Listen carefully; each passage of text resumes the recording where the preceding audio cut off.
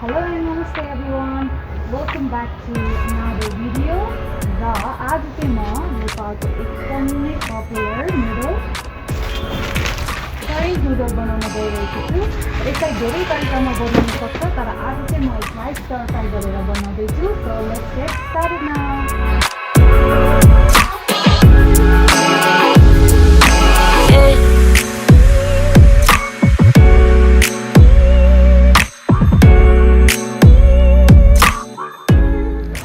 सुरुमा चाहिँ मैले लिएको छु गार्लिक। यसलाई चाहिँ मिन्स गर्नुपर्छ।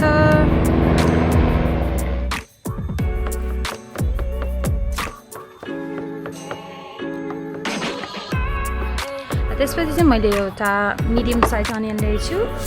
यसलाई चाहिँ यतिकै राम्ररी गरेर काट्नु होला। त्यसपछि चाहिँ म मेरो भेजी लिन गइरहेको छु र मैले चाहिँ आज क्यारोट र चाइनिज साग लिएको छु। तपाईँहरूले चाहिँ तपाईँहरूलाई जुन भेजिटेबल मनपर्छ त्यही युज गर्न सक्नुहुन्छ। यसलाई मजाले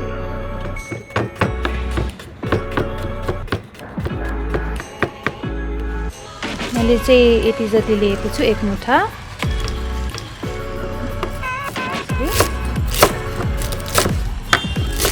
यसको स्टिम मात्रै काट्छौँ हामी।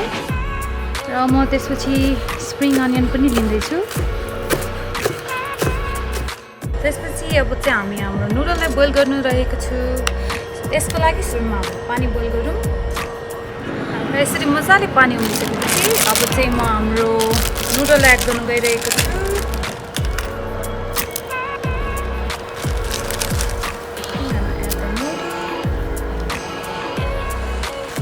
यसरी नुडललाई मजाले सेपरेट गरेर बोइल हुन दिनु होला। यतिको भइसकेपछि हामी 2 देखि 3 मिनटसम्म यसलाई बोइल गरिसकेपछि यो रेडी हुन्छ। स्टर फ्राईको लागि हामीले धेरै यसलाई बोइल गर्नु पर्दैन। त्यसपछि हामी नुडललाई ड्रेन गर्छौँ। नुडललाई ड्रेन गरेपछि हल्का चिसो पानी लिएर अलिकति यसलाई माथिबाट चिसो पानीले भिजाइदिनु होला।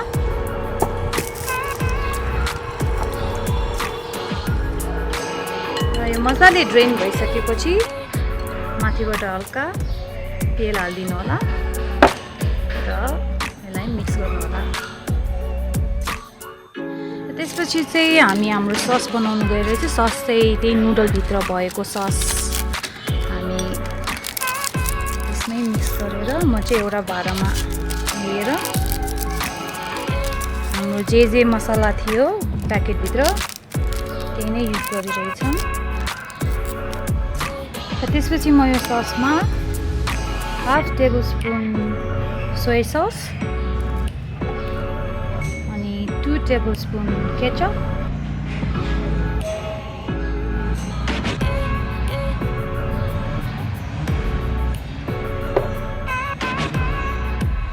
quarter teaspoon Sesame oil र हल्का पानी हालेर यसलाई मजाले मिक्स गर्नुहुन्छ। यसरी मजाले मिक्स गर्नु होला। र अब चाहिँ हामी हाम्रो नुडललाई फ्राई गर्नु गइरहेको छौँ। सो फर्स्टमा चाहिँ म तेल एड गर्दैछु। अब चाहिँ फर्स्टमा चाहिँ म हाम्रो अनियन यसलाई हल्का पकाउनु होला, धेरै पकाउनु पर्दैन। र त्यसपछि चाहिँ अघिको मिन्स गार्लिक एड गर्छु म। अनियन र गार्लिकलाई हल्का पकाएपछि धेरै पकाउनु पर्दैन, हल्का मात्रै पकायो हुन्छ। र त्यसपछि चाहिँ अघि काटेको क्यारोटलाई एड गर्नु गइरहेको छु। फर्स्टमा चाहिँ म सागको स्टिमलाई मात्रै फ्राई गर्छु।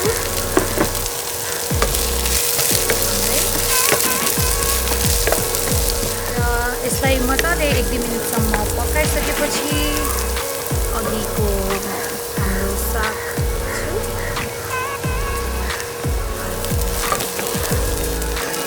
र हाम्रो भेजिसलाई मजाले मिक्स गरेर हल्का फ्राई गरिसकेपछि हाम्रो भेजी चाहिँ रेडी भइसकेपछि अघि हामीले बनाएको ससलाई एड गर्छु। र म अलिकति सस चाहिँ अहिले हाम्रो अन्डाको लागि बाँकी रहन्छु।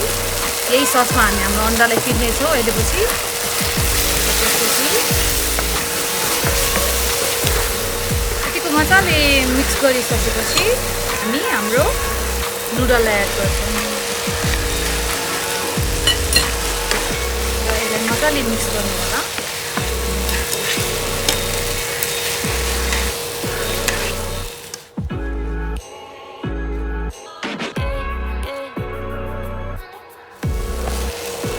त्यसपछि यतिको मजाले मिक्स गरेर पकाइसकेपछि हल्का फ्राई गरेपछि हामी अघि काटेको स्प्रिङ अनियन एड गर्नु गइरहेको छौँ र यसलाई मजाले मिक्स गरिदिनु होला।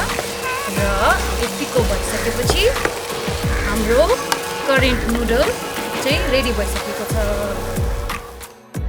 अघि हल्का बाँकी भएको ससमा म एउटा अन्डा हालेर यसलाई त्यही ससमा मजाले फिटेर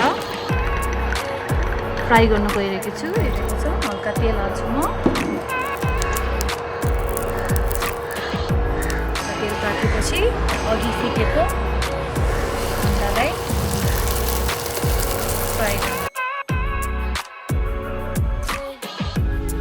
फ्राई गरेको अन्डालाई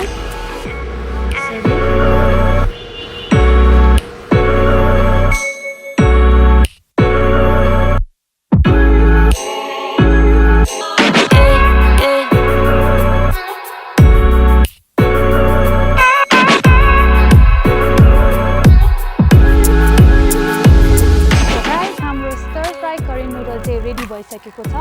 होपफुली तपाईँहरूलाई यो रेसिपी पनि मनपर्नेछ र तपाईँहरूले पनि यसरी नै ट्राई गरेर मलाई कमेन्टमा कस्तो भयो भनेर भन्न सक्नुहुन्छ। So see you next time guys.